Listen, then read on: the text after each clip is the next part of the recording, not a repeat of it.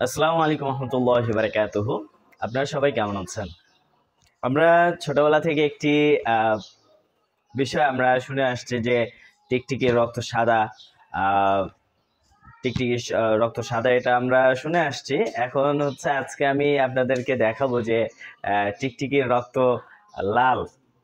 আহ, এটি আজকে আমি আপনাদেরকে দেখাবো এই ভিডিওর মাধ্যমে, এবং আপনারা আহ, এটি দেখুন এবং এটি কেন লাল হয় এবং কি কারণ, এসব আমি এই ভিডিওর মাঝখানে বিস্তারিত বলবো ইনশাল্লাহ।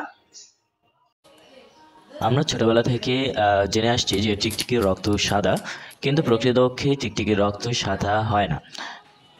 টিকটিকির রক্ত অতিরিক্ত গুয়ানিন থাকার কারণে ফ্যাকাশে দেখায়, এবং এটি মূলত গুয়ানিনের কারণে সাথে সাথে বা এটি পানির মতো দেখা যায়, কিন্তু আসলে টিকটিকির ভেতরে হিমোগ্লোবিন রয়েছে।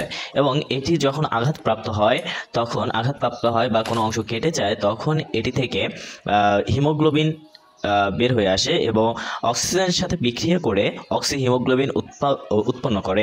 এই অক্সি হিমোগ্লোবিনের কারণেই রক্ত লাল হয়। এবং আমরা সাধারণত টিকটিকি একদম রক্ত সাদা হয় না সব সময়।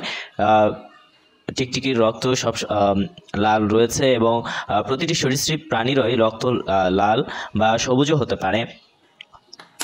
টিকটিকির রক্ত যেহেতু টিকটিকি আমরা যেটা বসত বাড়িতে দেখতে পাই আমাদের বাড়ির আশেপাশে, সাধারণত এটির রক্ত আমরা বলে থাকি সাদা, কিন্তু এই টিকটিকির রংটি মূলত লাল হয়, ভেতরের লাল থাকে, কিন্তু এটি আমরা বুঝতে পারি না। যখন এটি বের হওয়া শুরু করে ওই অবস্থায় সাদা দেখা যায়, কিন্তু পরবর্তীতে এটি অক্সিজেনের সাথে বিক্রিয়া করে অক্সি হিমোগ্লোবিনে পরিণত করে, যেটি অক্সিজেন পরিবহন করে হিমোগ্লোবিন, এবং এটি তখন রক্ত লাল রক্তে পরিণত হয়। অর্থাৎ আমরা এ থেকে বুঝতে পারি যে টিকটিকির রক্ত সাদা না, মূলত এটি ভেতরে গুয়ানিন অতিরিক্ত থাকার কারণে সাদা দেখালেও এর ভেতরে কিছু সংখ্যক হিমোগ্লোবিন রয়েছে এবং অক্সিজেন পরিবহন করে। এছাড়াও এটি বাহিরে বাতাসের সংস্পর্শে আসলে বিক্রিয়া করে এটির যে রক্তের রংটি এটি হচ্ছে লাল লাল হয়ে যায়, যে কারণে আমরা টিকটিকিকে কখনোই সাদা রক্তের প্রাণী বলতে পারি না। এটা আমাদের অনেক আগে থেকে আমাদের ভুল ধারণা ছিল। এটি আমি বিভিন্নভাবে গুগলে সার্চ করে এবং আশেপাশে আমি টিচারদের কাছ থেকে আমি শুনেছিলাম, তারাও যেটা বললো এটা হচ্ছে যে হিমোগ্লোবিন যখন বাতাসের সাথে বিক্রিয়া করে লাল রক্তে পরিণত হয়। অতএব আমরা কখনোই টিকটিকিকে সাদা রক্তের প্রাণী বলতে পারি না, কারণ টিকটিকির রক্ত লাল এবং সাদা রয়েছে গুয়ানিনের কারণে। অতিরিক্ত গুয়ানিন থাকায় এটি রং সাদা দেখালেও এটি রং মূলত সাদা না।